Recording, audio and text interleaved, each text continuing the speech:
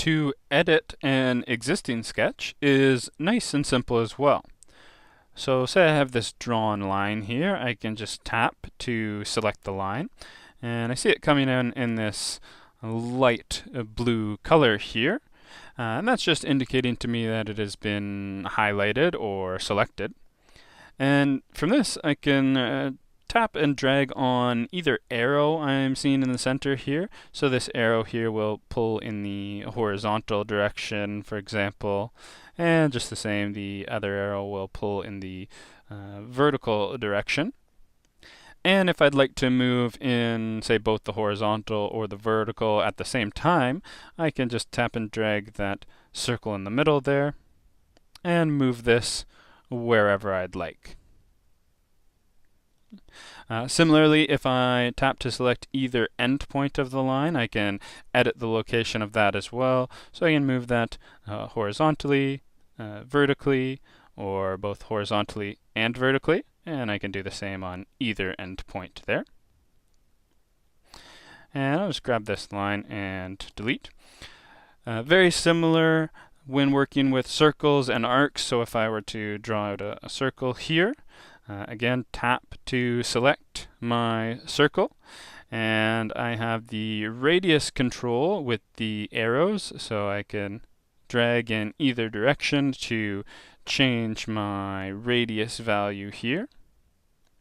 And if I tap to select the center point of my circle, I can change the location as well, just the same as I did with my lines, so horizontally or vertically or wherever I'd like.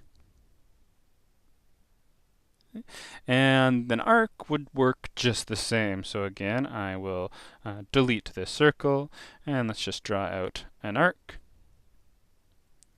So very similar with the arc, I can tap to select the arc itself. From here, I can change the radius. Or I could tap to select the center point of the arc, and from here I can move horizontally or vertically with the arrows, or a combination of both with the center point itself. And with the arc I have the added flexibility of both endpoints as well. So now I could tap to select one of the endpoints, and just the same I can move one of those endpoints up or down, right or left, or in multiple directions. Now let's take a look at editing a completed or closed out sketch such as this, and it works in a very similar manner as you might expect. So I can tap to select any line within my sketch, and from here I could again make changes to that line, and notice the entire sketch now changes with it. Similarly, I could tap on any point of my sketch and make any edits or changes to that point itself. And once again, I can see the entire closed sketch changing. What can also be very handy is making use of the double tap.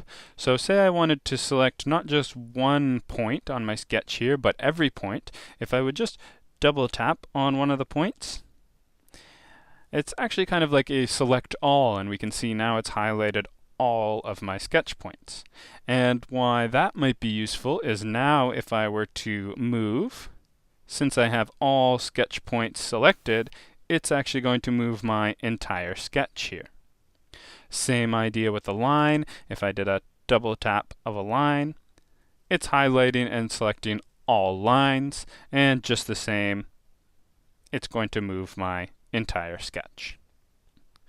A couple other editing tools that are very useful are the trim and delete tools. So let's say if I just wanted to trim a few lines, I'm going to draw one vertical line here that cuts through this sketch, something like this. And now let's say I wanted to trim away some of these lines or some of these edges. Down at the bottom within my sketch tools, I have the trim tool. And here I can just select any sketch segments to trim them away. So let's say maybe I wanted to trim this portion this portion here and here. And I'm just trimming away any line segments I may no longer need. And very similar with the delete functionality, if I'm finished with the trim tool, I can just tap anywhere to get out off of the trim tool there. And now let's select one of these lines here. Maybe I no longer need that line either. So of course, I can just use the trim or the delete tool. So down at the bottom below trim, I have delete. And that will just delete that line as well.